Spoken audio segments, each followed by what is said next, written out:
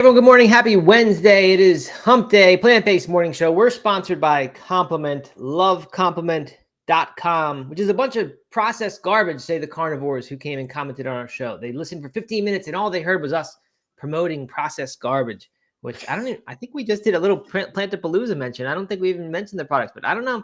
Carnivores are going to carnivore, I guess. I did see in my research today a Plantapalooza article on plantbasednews.com. All right, my dogs are going crazy right when the show starts. Yeah, I can't do anything about that because no one's here. Yeah, I saw a plant-based news article disclosing that it was sponsored content, but mentioning the Plantapalooza event. So that was kind of cool. Doug, did you have a hand in that? Always have my hands in everything, Plantapalooza. You know it, Matt. Yeah. No, I didn't write it, but I edited it and helped get that out there. So yeah, it's exciting to see Plantapalooza on Plant-Based News. Of course, we love Plant-Based News for many reasons, because they fuel a lot of our content here on the Plant-Based Morning Show, but also because they've been good partners to complement over the years. Yes, and they admit when something is bad for the vegan movement that happens, they don't ignore it and pretend that it is a different alternate universe that we live in where there is no bad vegan news. So I like that about them. Yeah, even we have a Plant-Based News article today about almonds, and even that one, it's not entirely. They did a good job, I think. Yeah, they do. They do always rush to the defense of anything plant-based, even though they acknowledge the shortcomings, of course. But they're going to. Yeah. In that case, they do even acknowledge, like you said, they said could be considered an unethical food, even if you're a plant-based eater. However, not as bad as dairy and meat and things. So, yeah, we'll get to that later, but we will get there. Yeah, all right, good. So anyway, that's Plantapalooza. You can still go get that stuff. Lovecompliment.com and click on flashing pop-ups, spam things, download malwares, whatever it takes to opt yourself in. That's right, exactly. No, there's a big banner at the top. You can click that, join there. Okay. Matt, how's your weightlifting coming? My weightlifting is not coming at all. I really haven't done it in a while, and I'm still struggling to get back in there, get going again. So you mentioned some sort of challenge that we need to do, and that could be a good thing. It could be a good motivator for me. Yeah. I think I've struggled a little bit the past 2 weeks as well, getting into a fairly good routine there, but I then got sick and I kind of threw everything off, and been doing a little bit of kettlebell stuff, but need to get back to the gym. Need to actually pump some iron. So you weren't in there this morning? That's not why you were asking? No, I wasn't there. No. But okay. I wanted to be there. I slept instead. Yeah, that's what counts. As long as you wanted to be there. Yeah, exactly. It's the same as going. All right. Well, good morning to the people who have checked in so far. Britters, Mr. Jeffrey, D Want to Know Adventure Coach. Britters just got in on the Plantapalooza action, so that's good. She got her ticket. Jeff Hudnall, Leisha. I don't know if I know Leisha or Leisha's name. So hello to you if you are new. Helen DeGenero, she has told us how to pronounce her name, and that is how. Matt O'Connor, Carmen, Jeff Hudnall wants creatine shipping updates. Doug, can we do a little customer service here? Do you have any updates for us? Yeah, it's shipping. It's been going out all week. So if you haven't gotten an update yet, that just means that we're working through the list. So you should be getting it very soon. Okay, because Helen got hers yesterday. So there's proof that they are going out. People are getting them. Hers is on the way. Maybe that's the processed crap that we are offering is creatine. We might have mentioned that in that carnivore show. I'm not sure. No idea. I mean, oh yeah. I guess if you're eating exclusively meat, you probably don't need to supplement with creatine. No, you're probably good. Yeah. I guess this is carnivore type, so I mean, and this I guess I could there's common ground here. Like I guess they're maybe like the fruitarian, where the fruitarians were so pure in their eating that they wouldn't even drink water. Some of them, because they said you shouldn't have to do that. If you're getting it from fruits and all these things, there plenty of hydration in there. To even drink water is unnatural.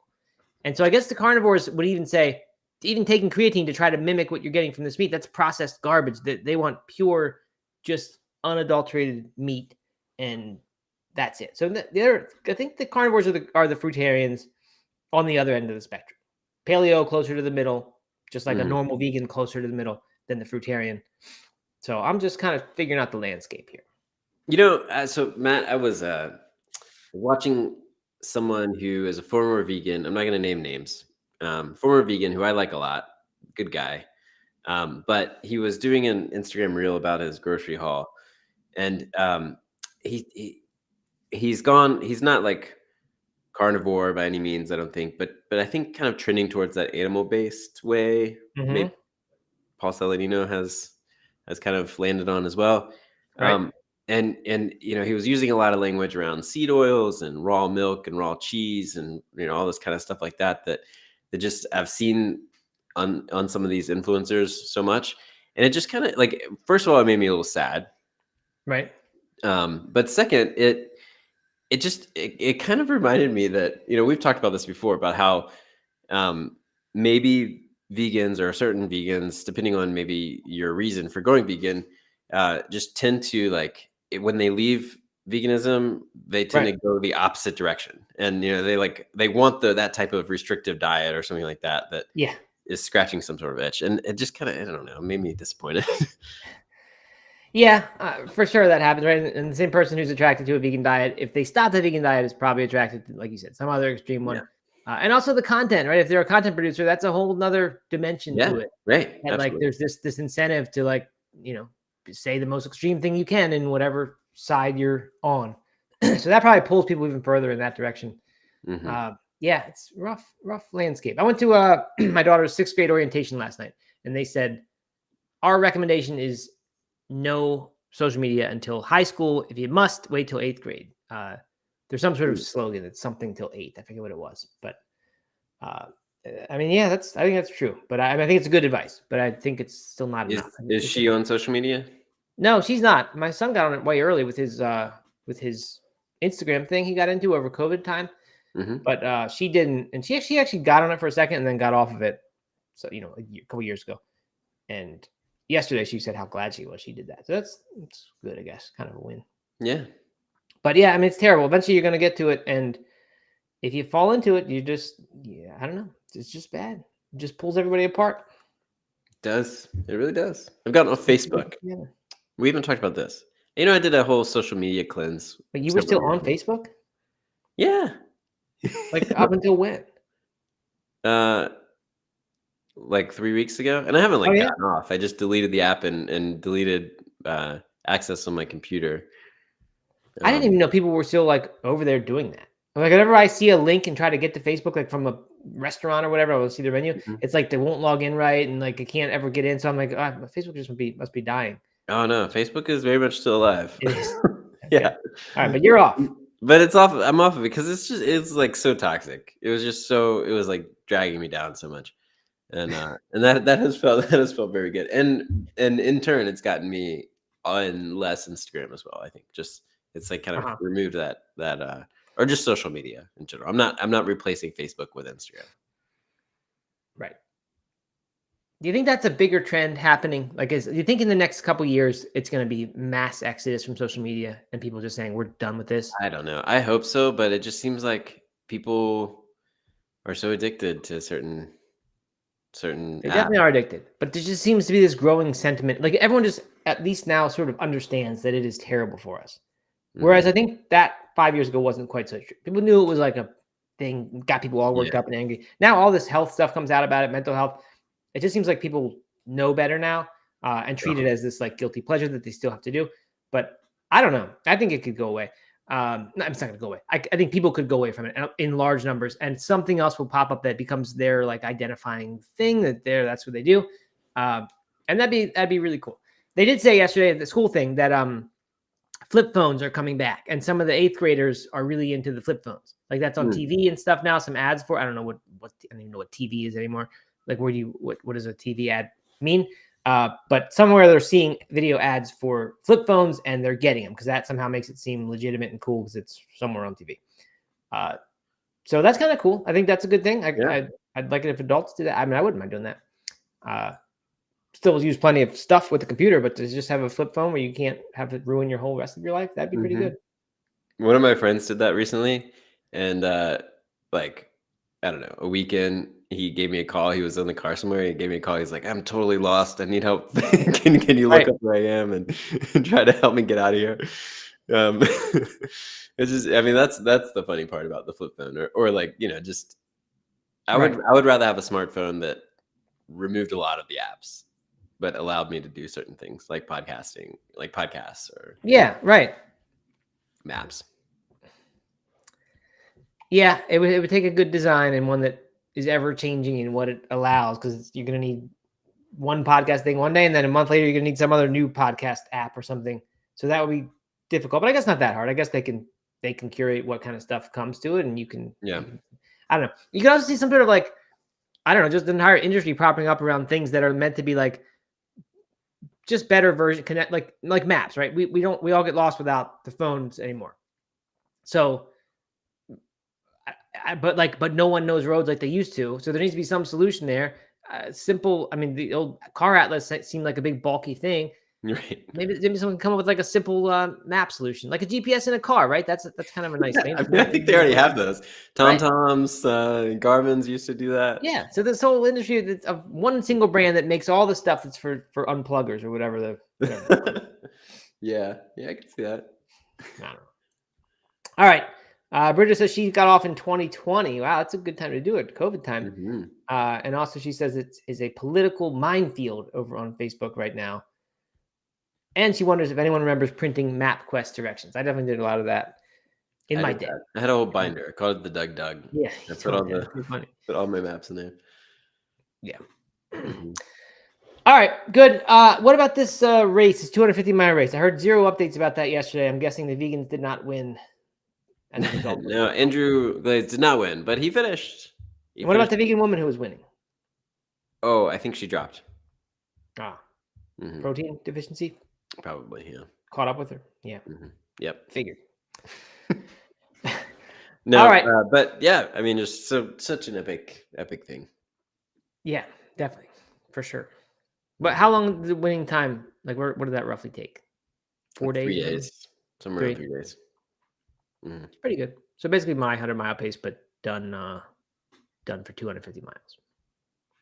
Yeah. Actually a little faster than my pace for 250 miles. Yeah, exactly. All right, good. There we go. Intro done. Time killed. We got to 15 minutes in. So here we go. Yes. All right, we mentioned almonds already. We got more. There's a climate danger facing avocados. It's a new report by Christian Aid. So I don't know what baggage that report comes with or what kind of biases might be implicit there. But anyway, they're predicting major declines in avocado crop yields due to climate change. Let's see. The areas that are known for it: Burundi, Chile, Peru, Spain, South Africa, Mexico, all have seen productivity decrease because of volatile weather. 320 liters per avocado is roughly required, up to that much, which I think is on par with how many liters are needed to make a gallon of almond milk. I read that today. There you go. Stat. So 1 avocado equals 1 gallon of almond milk, and both are pretty high in terms of how bad that is. Anyway, so Mexico said 31%, or it could have a 31% decrease. And it doesn't really say what, just shortage, I assume means price increases. Unless Doug's favorite economist from NPR is involved, in which case somehow maybe this shortage would just lead to no change in price, just a redistribution or something. I never got that article. I never got that that story. No. All right. Cultivated meat news. We got a little bit of that coming up too. But in this case, Lorenz Wyss, who is the outgoing CEO of the Bell Food Group, Swiss meat and convenience group, he foresees cultivated burgers, that's lab-grown burgers to you and me, will be available in Switzerland, like in restaurants, in 3 years. And that's kind of a short time horizon. Most people were saying 5 to 7 about a year ago. You and I was saying 1, and we'll see that. Yeah, you were saying this year. I'm sticking with that. That Bitcoin to I think said 500,000, and Impossible Burger disappears. Those are my big predictions. Anyway, he said he walked back just a little bit and said the burgers could initially contain only cultivated fat, and he thinks they'll be in restaurants first and then in supermarkets. Would that make people any more likely to do it, or as soon as someone gets a whiff of cultivated or lab grown in their burger, they're not going to want to touch it? Wait, so like plant-based burger with cultivated fat. Animal meat without the fat that they're adding cultivated fat into, or a plant-based burger with cultivated fat? I don't know. I kind of assumed that had to be plant-based burger, because why would you want to? Yeah, it doesn't make sense. No. So if you had a plant-based burger, like a Beyond Burger, but instead of coconut oil or avocado oil, you now get real animal fat, but grown in a lab, so no animal harmed. I mean, I don't know. I don't know if I would go for that. Yeah, I don't know how much people would really want that. Right. It almost sounds grosser than the real thing. I don't know why. Yeah. It's not good. Mm-hmm. So anyway, we'll touch on that stuff more in a bit. Cultivated meat and the kind of controversy around it. All right. Do you know this Graza olive oil, Doug? You for all your social media, I you should actually know saw this. I saw the whole thing around it. Okay. Well, we mentioned it, I realized, in some sort of gift guide or something at some point, because apparently it had been a TikTok or Instagram trend, these bottles, drizzle and sizzle bottles. Do you remember this? Yeah. Mm-hmm. Okay. So it went viral. I think the idea was one of your oils is for drizzling. That's probably your extra virgin olive oil that's meant to just be on the food, not cooked, not heated. And then you've got the other one that is for sizzling, which you would use to cook things. So anyway, that stuff happened. That went viral. That was a thing. But now they're saying those bottles aren't so good for preserving the olive oil. I think they were opaque bottles, right? They're not clear, are they? They're like they're green, but they're not super dark. Okay, so you can see the liquid inside of them. Kind of. I don't know. They're kind of dark. Yeah, I only remember that one picture I saw, and I thought it was opaque. But anyway, they're saying that is not the best way to do it. They welcome oxidation. Thus, they are now putting the olive oil in beer cans. Or I guess it could be soda cans, but they're calling them beer can refills. So you'd buy those bottles one time. Who knows how much you pay for those things? I'm sure they're overpriced. And then after that, you go to Whole Foods and get your can and refill, as needed. Sure, also at an expensive cost, but maybe not. Maybe somehow that brings down the price a little bit using the beer can. I mean, I don't know, Doug, are you interested in this? This sounds to me like a liquid death move, like where you didn't really add any value. You just made it seem cool. Like we buy those big $25 tins of olive oil at Whole Foods, and those are much bigger than the bottles, and we just pour it into a little oil, thing that we use. Yeah, that's what we do. We do the same thing. So I mean, I like the concept here of like having a refillable bottle. Mm-hmm. But I mean, that's what we do with olive oil already. We buy the it's just a bigger tin, way cheaper. And recently, we've actually started going to a refillery here in Black Mountain that does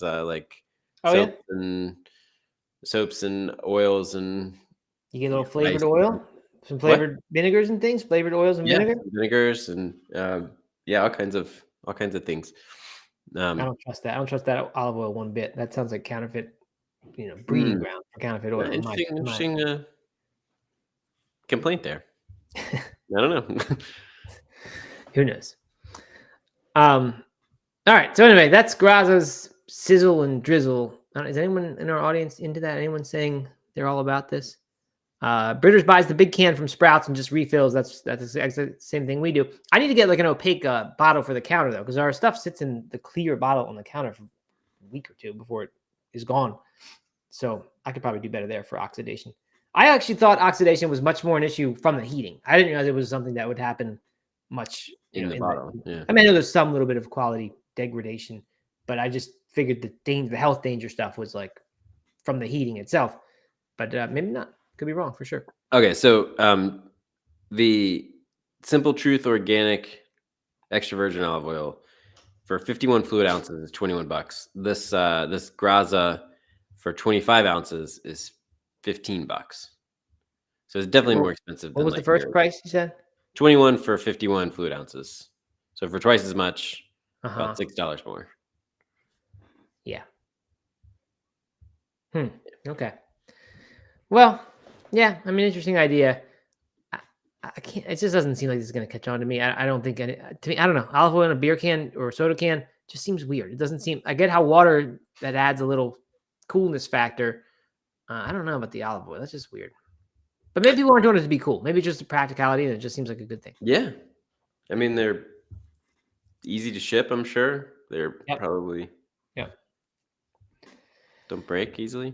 So right. All right. Next, we know about the mycelium, of course, from Meaty Foods, which I think, Doug, you still have yet to try, right? You didn't bring that on your camping trip? Did not. Okay. Well, there's a new one. It's made from their proprietary Huba protein. The company is Myco. It's a UK producer, Myco, which sounds a lot like mycoproteins. I'm sure that's where they got it. They've made 10,000 burgers and 20,000 Huba sausages out of whatever their version of mycoprotein is, and they're actually making it in the same factory as the oyster mushrooms are grown. So they make this stuff from oyster mushrooms, which is kind of interesting because I just with the mycoprotein or the mycelium, they were always saying like it is not the same protein as the fruiting bodies at all. You could be allergic to those fruiting bodies and not have any problem with this stuff. And it's just like gigantic root system. So I guess they're growing that and they take the roots and use them for this. I just thought that stuff would be much more expansive and would work inside of a factory or whatever. But I don't know. Who knows? But they said this in a blind taste test, our sausages and burgers beat some of the biggest plant-based brands in Britain. There was high praise for the mouthfeel, which historically has been one of the big stumbling blocks to people eating less meat. And I can vouch for that one because that's exactly what I've noticed with that meaty carne asada. It has the texture of a real steak that nothing else has ever come close to for me as far as vegan meats go. It doesn't have any fat in it, and I wish they could put that in for me so I don't have to, deal with that myself. Some cultivated fat maybe. But I don't know. I think there's potential here with the mycelium thing. I think it's a bright spot for plant-based meat right now. Still need to try it. Yeah, you do. Gotta get on that. Get on it. Get a Miyoko's butter. That my best move is fry the carne asada in the Miyoko's butter. That way you're adding the fat into it. It's not there, and you have something that is not far from a steak. A little sage. I suppose you could use some sage. Do people put sage on their steaks? Another thing? I don't know. I have no idea. I know sage butter is a thing with other kinds of foods. I didn't know a steak, but maybe. Maybe not. All right. Well, here's more. If it makes you feel better that plant-based meat is crumbling, at least Red Lobster is also having difficulty. They're going to be closing at least 99 locations, which is 15% of their restaurants, in attempts to stave off bankruptcy, says Morning Brew. So that's, I don't know. I'm sure they're not the best as far as their seafood, practices go. So I'm just assuming they're bad. Glad they're closing. It was a good day growing up when I got to go to Red Lobster. Usually some sort of treat, something big was happening. Yeah. Well, you lived in landlocked part of Virginia, right? So that was like your seafood. Yeah, that was my seafood option. That and Captain. Oh man, what's the fast food restaurant? I don't know. I can't think of it. I almost never ever went to either one of these places, but Long John Silver's. Long John Silver's. Long John Silver's. I don't know that I've ever actually eaten at Long John Silver's. I definitely have. It's just some random road trip when I was a kid. We got hush puppies or something. Yeah, no, but Red Lobster, we definitely went to Red Lobster. It was like it because it was a little bit more expensive than like your Applebee's or your Ryan's or something like that. So it was when something big was happening, family was in town, or right. or you earned something, graduation, or whatever. You can get a big endless platter of fried shrimp. Good day. I think for us that place was Outback. That would be like the place once we got one in Bel Air, which wasn't until I was at least in middle school. That'd be the kind of place you go for something big. Yeah, get a blooming onion. But it does not surprise me at all that Red Lobster is struggling because it just seems like the place that was really popular in the 90s when I was a kid, and then has since very much moved on. Right. Even if it failed now, you can't call that anything but a success. To be around that long with that quality of a restaurant to still be here. No. Race Lover says, homeboy sounds like he wore a suit and tie at Red Lobster. Maybe I did. Maybe it's my Sunday best. It's very possible. That's funny. Yeah. All right. And the last but not least, the orcas are back. The killer orcas. Another yacht has sunk in Moroccan waters in the Strait of Gibraltar after being rammed by an unknown number of orcas. The Albaran Cognac is the name of the ship. Two people on board were rescued. So I don't know what happened to the others on board, if there were others. But it was an oil tanker. No, they were rescued by a passing oil tanker. There you go. And yeah, this happened. I think we talked about it on this morning show. I'm not really sure, but I'm pretty sure. Or maybe it was a No Meat Athlete Radio, but this happened before. It just seems like it's been a while where the orcas are ramming the ships. They don't know how to describe it. they're saying maybe copycat or playful behavior. I thought I heard more interesting theories than that, but I don't remember what it was. We might have. There was one where I think that an orca got struck by a boat, maybe, and then it turned on it and taught everybody else Right. to That's right. turn on it as well. Yeah, right. I think we liked that story because that seemed like the animals, had. Yeah. So I've several people have sent me this article because my dad and his and my stepmom yesterday departed Puerto Rico to sail to the Mediterranean across the Atlantic. We got to go through the 3.5 Gibraltar weeks. Strait then, right? Yeah. Hmm. So hopefully this is a one-off situation. Yeah, hopefully they tone it down while your dad's passing through. I think it's probably much more. There are several other things that are probably much more likely to happen to you than. Yeah, I'm sure there's pirates and all kinds of stuff over there. All right, so there you go. There's your weather report. Britters points out Olive Garden. We forgot to mention that one. That we didn't do Olive Garden that much, but it definitely was a good one. And my kids sort of have that experience now. We've been twice to Olive Garden, and they really loved it. They love that all you can eat breadsticks and salad. They're into. Mm-hmm. Carmen says that's where they went for their birthdays. Totally a 90s thing. Olive Garden. I assume Red Lobster, but maybe Olive Garden. I'm not sure. That Olive Garden food is really not very good. I thought you were on an Olive Garden kick. I was. I kind of liked it. So I went there twice, I think, and once we got it for takeout on a soccer trip. It was okay. It's kind of fun. It's just like when you compare that to anything homemade, it's just really bad. Whereas when I was a kid, those foods were better than homemade cooked food. It was just like special restaurant. Right. But if you do any kind of actual cooking, it's awful. That kind of stuff. Yeah. It's terrible. I got a minestrone soup, and it was really, really bad. Yeah, I imagine it was. British wants to know how you communicate with your dad when he's in the middle of nowhere, Doug. Satellite phone. You had a little scare about the communication issue a while ago with pirates. We did have a scare. It was a big scare where sat phone went out, and right after we had been informed that a pirate was tracking them. So, but yeah, they have a sat phone that can send text messages, also tracking. I can see every like 4 hours there's an update on the tracker. But now they have what's Elon Musk's internet?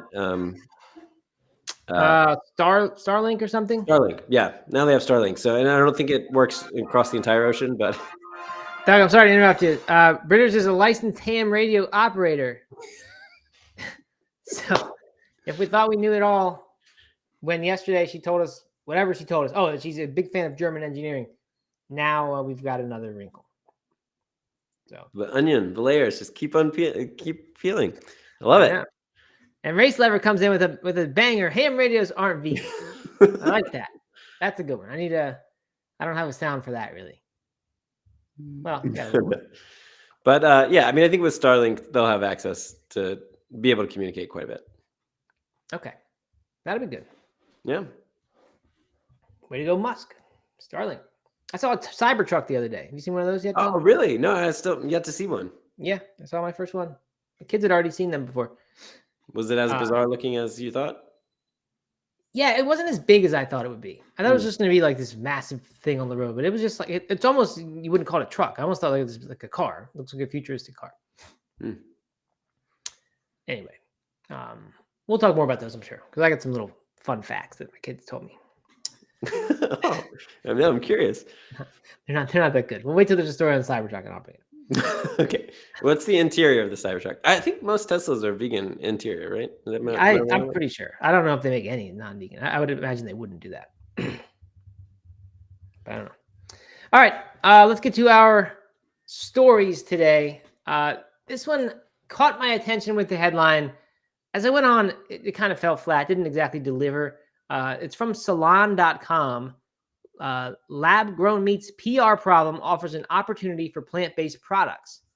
And then they subheadline it by reminding us that Alabama announced yesterday that they would follow Florida's lead in banning the lab-grown meat. So they start out, they talk about the culture wars around this lab-grown meat, which I think is already an interesting thing. Like if you were one of these companies that was racing to get approval for this stuff a year ago, probably, when it came out that they were approved now in the US, like, I don't know if anyone was even considering. Maybe they were on in tune and in touch with stuff, and they knew what was going to happen. But like, they probably thought some people would be grossed out about it, which was our initial concern when we thought about it. But like, suddenly it's this thing where like it's an identity thing. If you're going to be eating this or not eating it, it's like it speaks to your political leanings and your almost your religion and things like that. So I just wonder if they had any idea that that was coming, that it was going to become such a big thing as it is.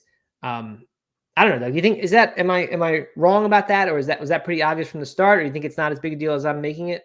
I mean, I think that anyone would have guessed. Most people would have guessed that it would have been controversial, right? That there would have been, especially some, pro farm, pro ag Right. states, like in particular, would be anti it. But I don't know. I mean, honestly, it's kind of this article talked about Fetterman, Democratic congressman from Pennsylvania, being in line praising Ron DeSantis for who's very much not that in Florida. So I mean, it's kind of uniting some people, I Yeah, I guess. mean, DeSantis said his quote was, "It's part of the global elite's plan to force the world to eat meat grown in a petri dish."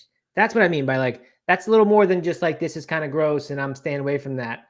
Uh, Yeah, it sounds like big conspiracy sort of thing, and just like now if you do that, you're betraying some sort of ideology if you eat this stuff.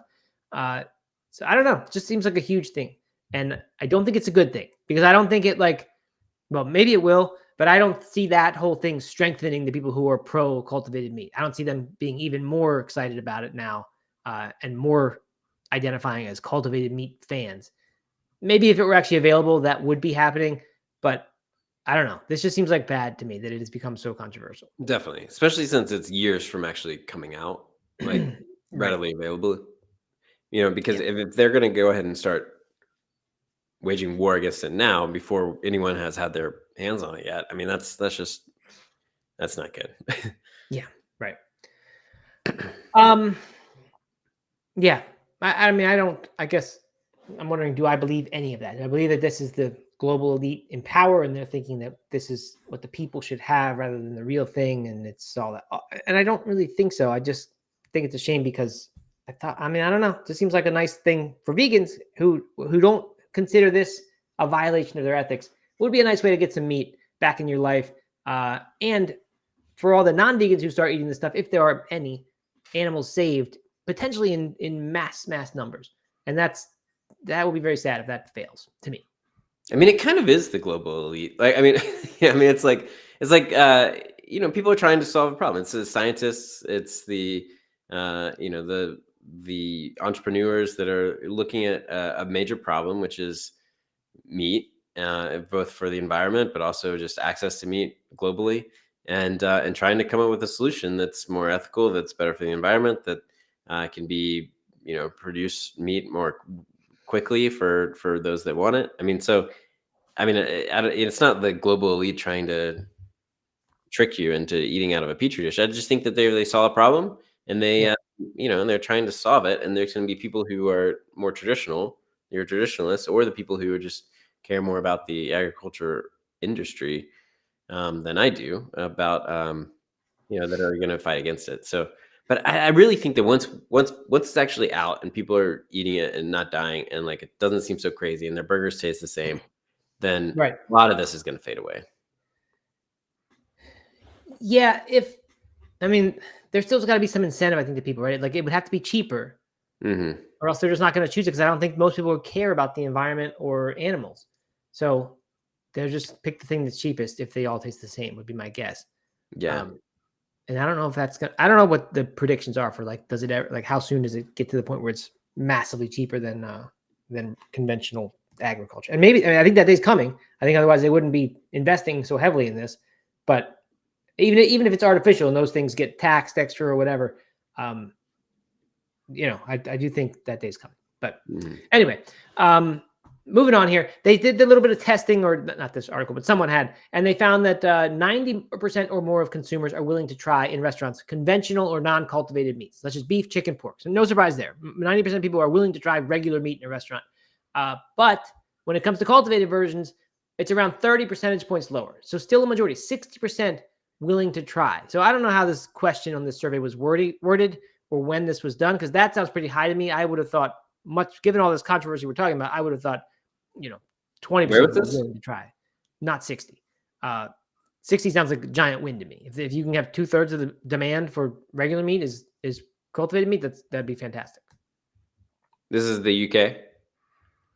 I don't even know. They didn't give any details about where Okay. the study came from or what that I saw. No, you know what? Maybe it's okay. It's Purdue University. Yeah, Joseph Balagh. So it's in the United States. So I mean that particularly surprises me. And it was from March, so that's pretty recent. Extremely surprising. Then I wish. Well, we could always click on the link and find the wording of the survey, perhaps, because that's. I just don't believe it. It just sounds like too many people willing to try it. But who knows? All right. So anyway, the point of the article though was to say this is happening. It may be a surprise to some that it is just so controversial already, and therefore it's an opportunity for other people. So they mentioned a lamb and beef producer in the United Kingdom who told researchers as part of a different recent survey that if you marketing this stuff as the real stuff, marketing their actual meat as the real stuff, they could have a competitive edge compared to protein produced in a bioreactor. And I think that's true, right? Like that there's going to always, I'm sure, always be a market for real actual meat. And if it's, done well, not mass produced meat, I don't know, done well, how can you even say that when you're talking about meat? But, people will always pay more for that. And I think they will want the real thing, some people for sure. So that's an interesting, but then the headline made me think they were going to start saying the same thing about the plant-based meats, and that maybe the plant-based meats were starting to position themselves as not cultivated and make it clear to people that Beyond Meat, for example, or Impossible Foods, for example, are not cultivated meats, because we've seen the confusion in a lot of different articles where they'll put a picture of the Beyond Meat into the article about cultivated meat, and they don't seem to know the difference even. So like that does seem like an important thing. Not so much an opportunity, but like just a necessary thing for Beyond Meat and Impossible Meat to do. Make sure people know this isn't that, so that those who are afraid of the cultivated meat, won't be afraid of this stuff. Yeah. But there was very little in the article. There was nothing else about how they might carve out this niche for themselves and say we aren't that, we're this, we're better than that, whatever. That's what I was interested in, but that didn't happen, unfortunately. They did give Charlotte Pointing from Veg News. We do many of her articles here. They gave her a shout out for the Impossible article where they mentioned that red is the new green when it comes to the packaging with Impossible's rebrand. So that was cool. I see her name all the time, and I assume salon.com is much bigger than Veg News. So way to go, Charlotte.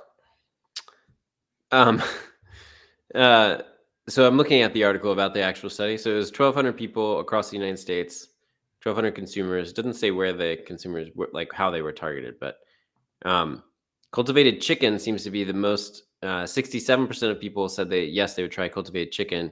Cow, 65%.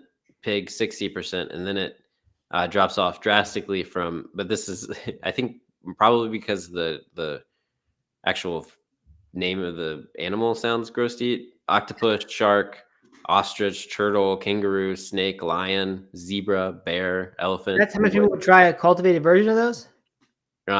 Some people would. I mean, like 30% octopus, down to polar bear, it gets down to 14%, and penguin is 11%. And do they have the stats for the real penguin, real polar bear? Like those meat? Real polar bear, 16% of people said they would try real polar bear. Penguin, 13%. Lion, 19%. I see that even surprises me a little bit. Like, who's serving lion and zebra? Nobody. Yeah, but the carnivore is probably willing to try it. But actually, the parity is pretty close. If you're willing to try the real version of a zebra, then you're almost just as likely to try the cultivated version. And that's what I was going to ask you. Are there anywhere the cultivated meat has flipped the regular one in terms of people willing to try it? Perhaps because people say, no, I know zebras are like, very endangered. So if it's cultivated, I'd be willing to do that. No, not flipping, but it definitely levels out pretty quickly. So if you got exotic enough, you could probably get people to say, I'll go for the cultivated version. Like if you had human meat on there, they might say, I'm not going to eat a human no matter what. But would I try a cultivated human? Just to know? No, I would not. Absolutely not. All right. Britter says, cultivate me some eel. Got to get that. Yeah, I mean, this is what I like. This sounds like a great use case for cultivated meat. The exotic foods that are way, way too expensive to get the real version of, and they probably wouldn't be that expensive to get a cultivated version of, right? Not more than other cultivated meats. So very expensive, rare, exotic things, and then like extremely endangered things, which also would lead to expensive price. Or bring back woolly mammoth or whatever, dinosaur meat and all that stuff in cultivated form. Maybe hard to do. I'm not sure. I'm just speaking ideal circumstance here. But if I could get some cultivated dinosaur meat, I guess I'd be interested.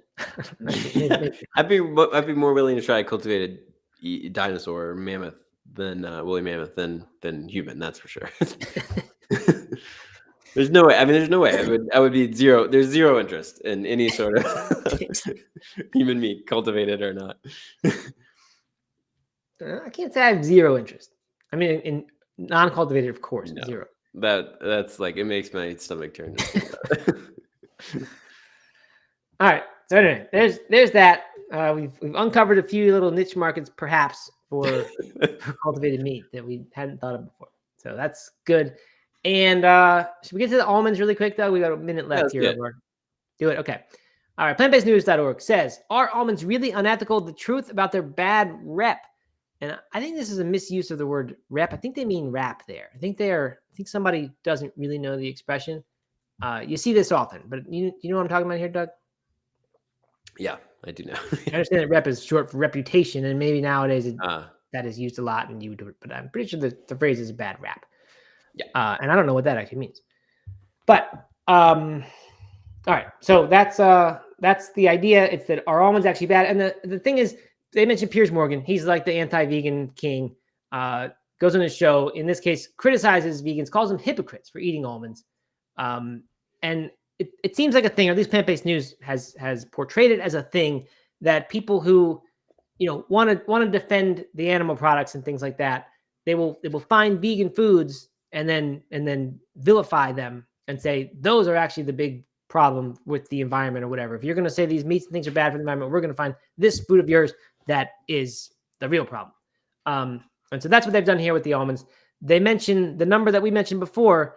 I don't know if I have it right in front of me, but I think it was around 320 liters of water used to make 1 gallon of almond milk. I'm trying to find that exact stat to confirm it.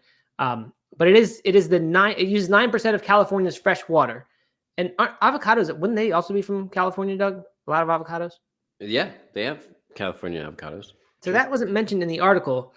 They for comparison's sake, mentioned that 16% of California's water is used to grow alfalfa, which is mainly grown to feed dairy cows. I didn't know that the cows were into sprouts, but or at least can you have alfalfa that's not just sprouts? I guess so. Probably let it keep going and you get actual whatever the alfalfa is.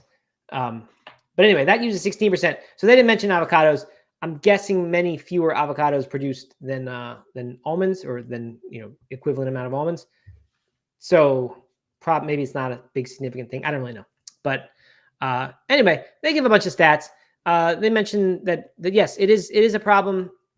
I didn't really realize this, Doug. Maybe this is just obvious, common knowledge. But like the almonds, when they were grown in 2020, I think when there was major drought in California, they actually blamed they said this stuff's using up all the fresh water, and that actually contributes to drought. Like, is that a thing? Like, if you use too much water here on Earth, you end up getting less coming out of the sky. God punishes and says, no rain for you.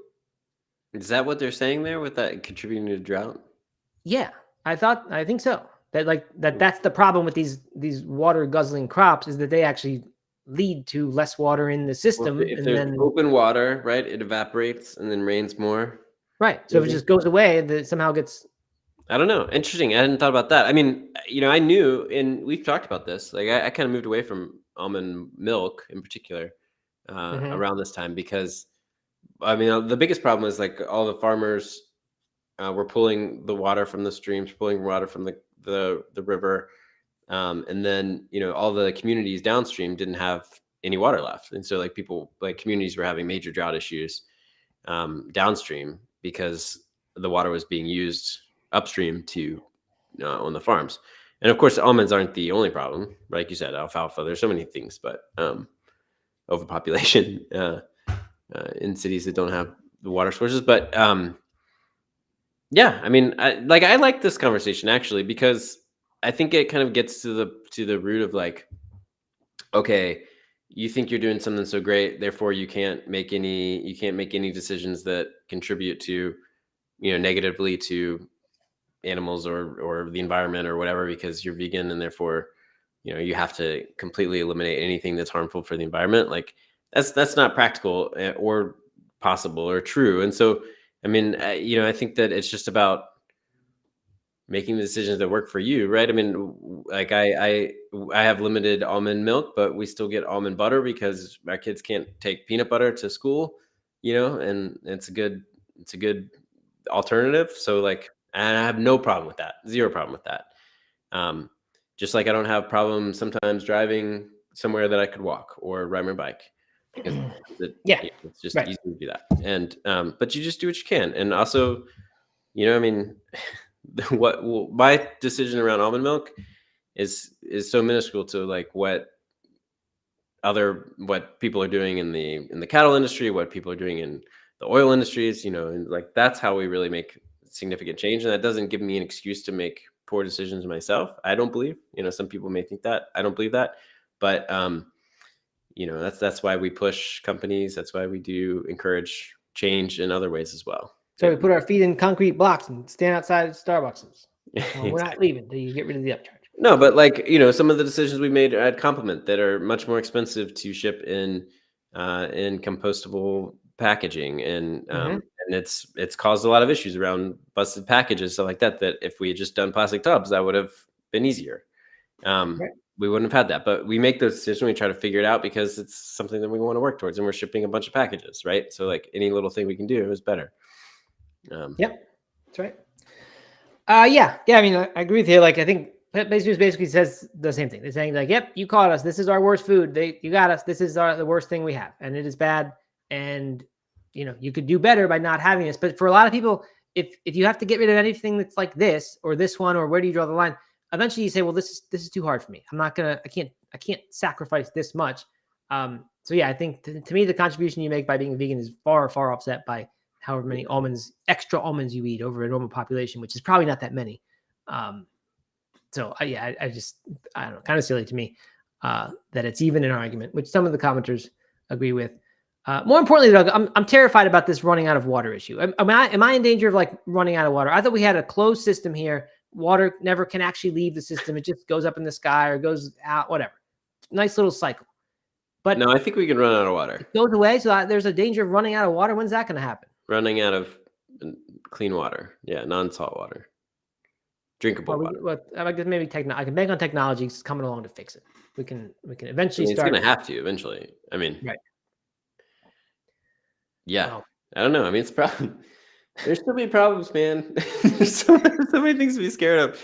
Today I listened to the Daily podcast, the New York Times podcast, and it was about how home insurance is no longer profitable, and so because of climate change issues, because there's bigger storms and that do more damage, and so their home insurance companies are pulling out of a lot of communities in like Idaho and Florida and all this stuff like that, and so people literally can't get their home insured. Can't they just raise the price?